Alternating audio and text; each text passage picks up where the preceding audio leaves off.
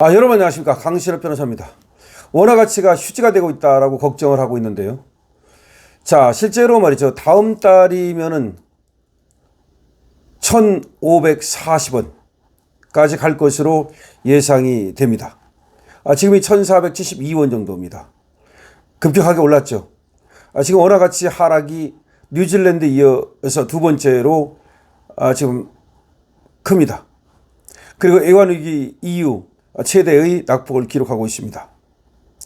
원화의 실질 구매력이 그만큼 떨어졌다는 말입니다.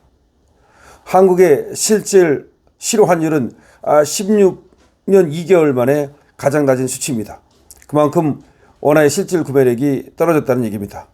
국제통화기금 IMF 구제금융을 받으며 애완위기를 통과한 1998년 11월 말 당시와 비교해도 지금 실질 구매력이 크게 높지 않습니다. 그때가 86.63이었는데 지금이 88.88밖에 안 되니까 애완위기 당시만큼 지금 원화의 가치가 떨어져 있습니다.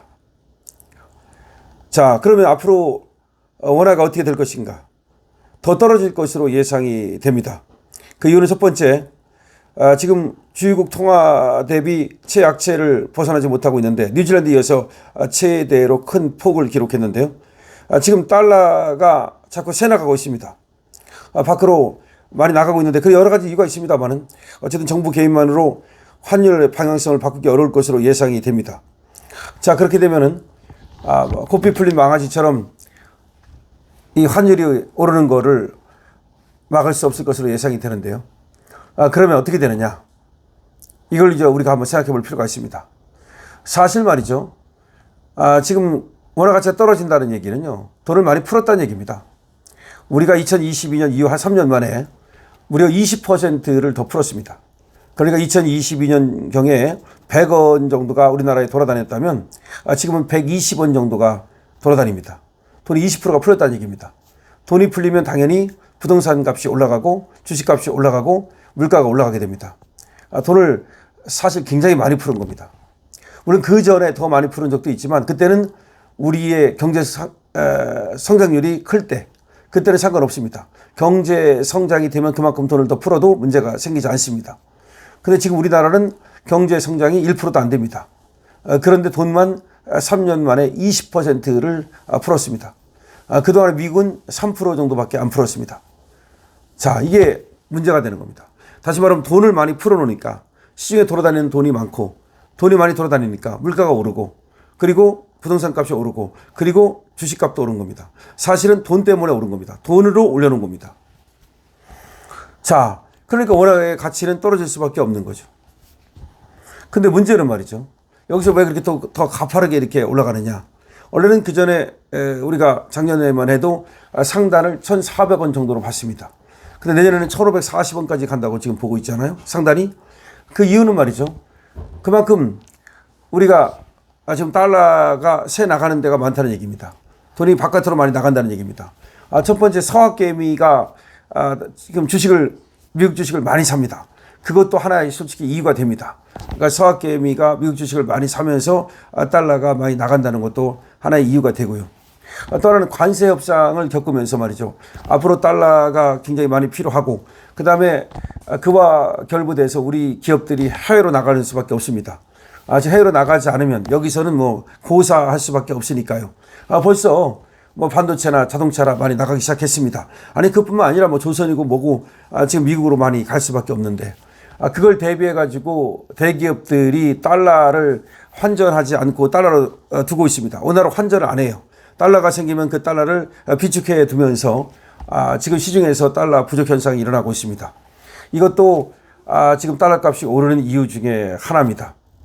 또 하나는 우리가 지금 이와 같이 지금 물가가 너무 오르고 그리고 원화 값이 떨어지고 그 다음에 지금 경제 성장률이 둔화되고 실업률이 높아지고 그러니까 한국 경제의 위기가 다가오면서 외국인들이 우리나라 주식을 팔기 시작했습니다.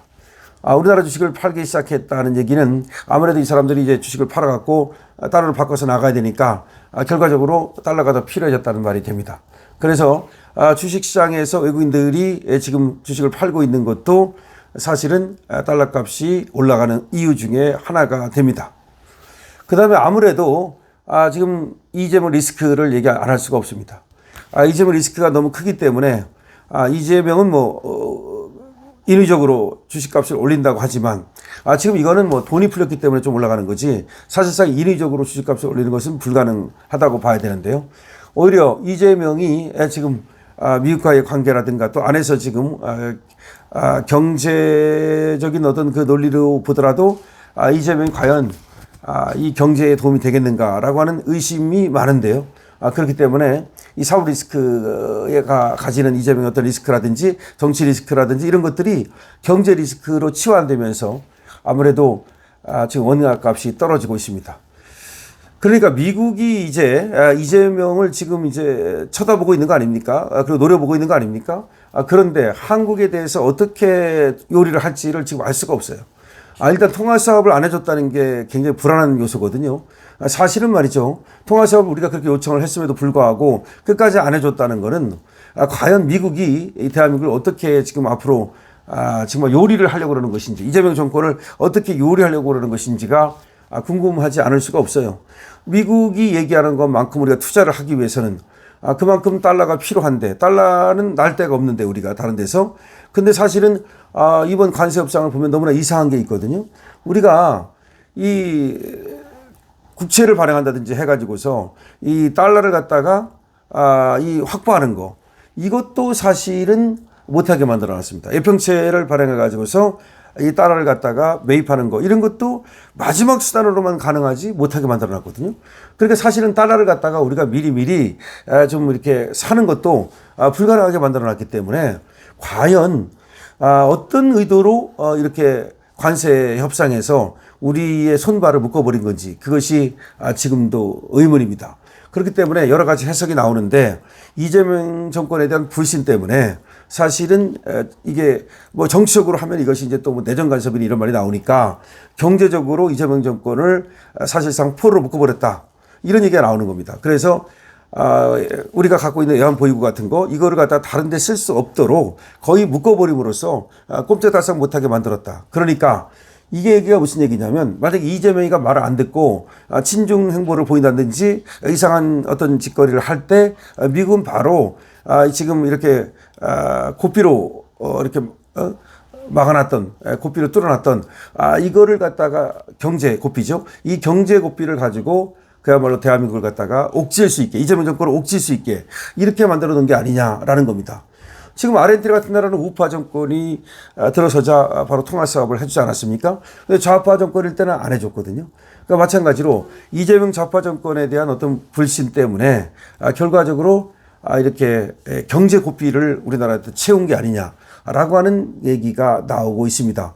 만약에 정치 고삐라든지 이걸 채우면 내정 간섭이니 말이 많으니까 경제 고삐를 채워가지고 이재명 정권의 운신폭을 좁혔다는 거죠. 그러니까 이재명은 트럼프의 눈치를 볼 수밖에 없고 트럼프의 눈치를 보는 한 친중 행보를 보이기가 어렵죠. 그리고 돈을 다 묶어놨기 때문에 그 돈을 가지고 중국에 투자를 한다든가 내지는 북한에 퍼준다든가 그런 것도 어렵죠. 그래서 결과적으로 트럼프가 이재명을 갖다가 경제 고삐를 채웠다. 그리고 이재명 정권의 경제 고삐를 채웠다. 이렇게 볼 수 있는데요. 하여튼 그러다 보니까 죽어나는 건 한국 국민만 죽어나고 한국만 죽어나는 게 아니냐라는 얘기가 나오는 겁니다. 그래서 달러 값은 올라가고 원화 값은 떨어지게 되면 이렇게 되면 말이죠. 과연 주식은 견딜 수 있느냐는 겁니다. 이재명이 지금 여러 가지 더 쌍법이니 어쩌고저쩌고 해가지고서 지금 의도적으로 또 연기금의 투입이라든가 이걸 통해 가지고 주식값을 좀 올려놓긴 했는데 계속해서 이 원화값이 떨어질 경우에는 주식값도 버틸 수가 없거든요. 그러니까 이 원화값을 갖다 떨어지는 것을 멈춰서 해야 되는데 사실 멈출 방법이 없다는 겁니다. 일단은 지금 연기금을 동원해 가지고 멈추는 이런 말 하지만 그건 일시적으로 가능할지 몰라도 그것이 지속될 수 없다는 것이 전문가들의 얘기입니다.